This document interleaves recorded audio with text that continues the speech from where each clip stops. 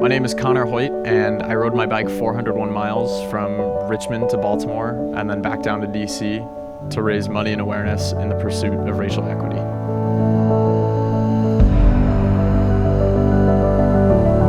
I've known for years that racial inequity has plagued this country, and yet for too long I took the path of least resistance and sat on the sideline.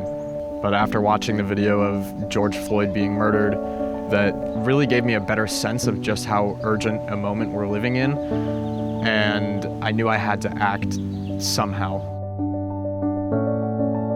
When I thought about how to turn a 401-mile bike ride into a mobile protest, Richmond occurred to me as a logical first stop, just because it was the former capital of the Confederacy, and I also knew that I wanted to get to Baltimore to shine a spotlight on the city and some of its trials with racial inequities.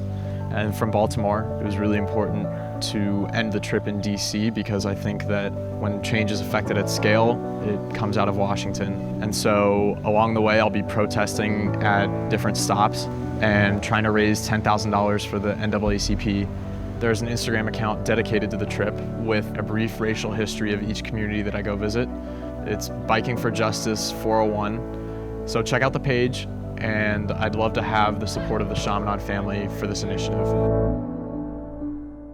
Reflecting on my Chaminade experience, emotionally, as I was entering high school, I was a little underdeveloped, and I think after I graduated, I feel like I became a much more empathetic person, just because I was in environments where I could be honest and vulnerable, and thankfully I had surrounded myself, with great people in my grade who were kind and empathetic and accomplished and made me want to be a better person. And so I think once you put yourself in that sort of environment, it can almost be kind of contagious in a way, and I'm really grateful for that.